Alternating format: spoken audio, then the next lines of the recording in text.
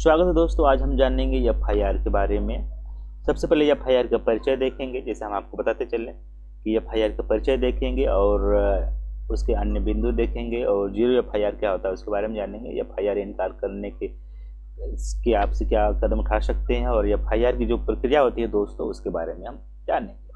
तो आइए चलते हैं सबसे पहले एफआईआर के परिचय के बारे में।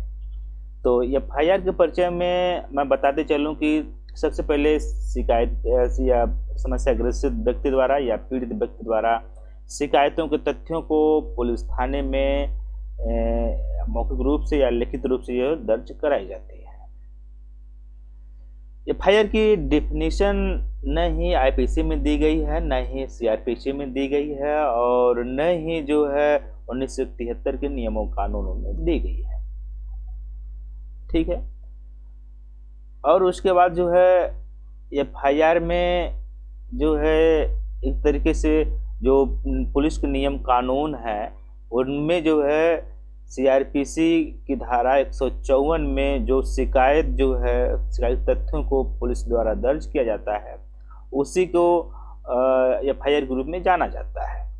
जैसे मैं बताते चलूं कि बजट का जो उल्लेख है, विश्लेषण है, शब्द है, हमारे संविधान में उल्लेखित नहीं है। हाँ, लेकिन उसकी जगह जो है अनुच्छेद 112 में वित्तीय विवरण का जो उल्लेख मिलता है, उसी प्रकार जो एफआईआर के बारे में भी बातें कही गई है।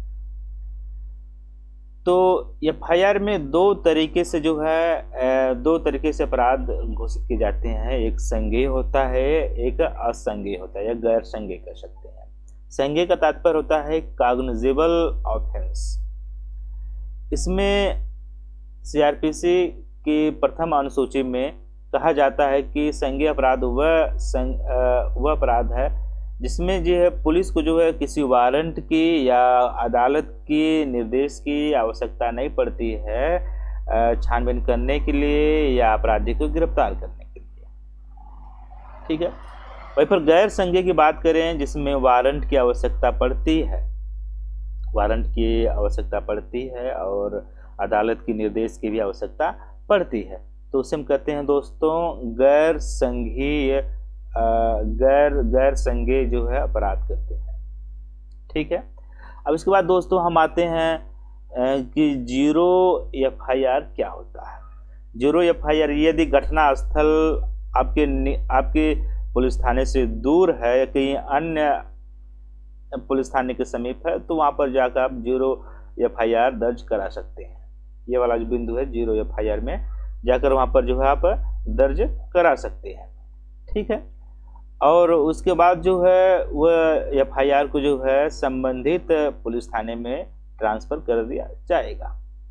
अब इसके बाद दोस्तों यदि एफआईआर को इनकार कर दिया जाता है तो आप क्या करेंगे।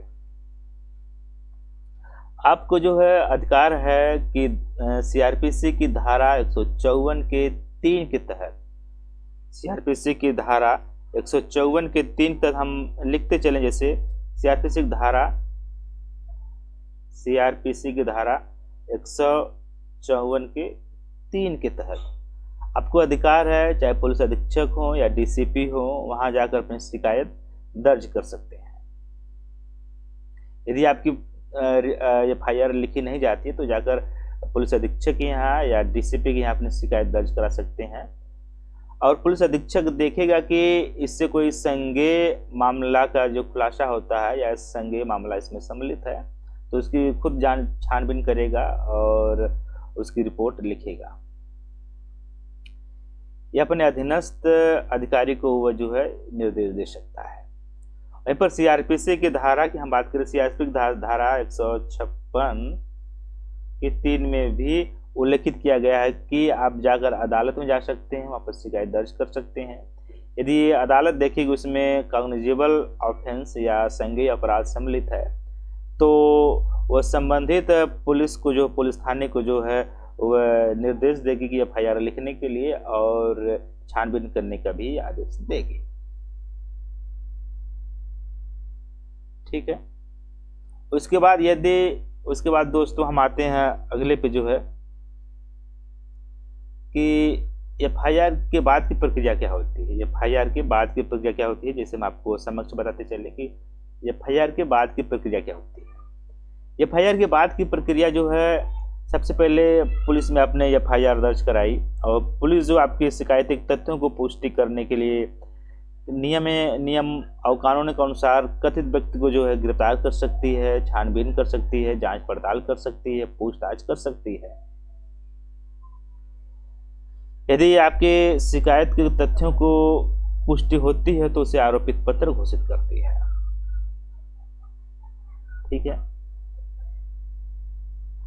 इस पे जो 3 तरह की जो है रिपोर्ट पुलिस जो है दर्ज कर सकती है। जैसे एक फाइनल रिपोर्ट होती है, एक कैंसिलेशन और एक अनट्रस्ट रिपोर्ट। फाइनल रिपोर्ट में दोस्तों ये होता है कि कोई सबूत तथ्य जो है आपकी एफआईआर पर जो है न मिले तो जो उसे फाइनल रिपोर्ट दर्ज करके जो है पुलिस अदालत को ट्रांसफर कर देती है।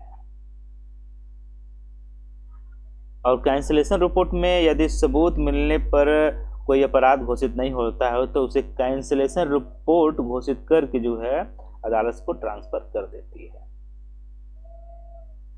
यदि सबूत भी मिला है, अपराध भी घोषित हुआ है और अपराधी गायब है तो उसे जो है अनट्रस्ट रिपोर्ट घोषित करके जो है पुलिस थाने को अदालत को ट्रांसफर कर देती है।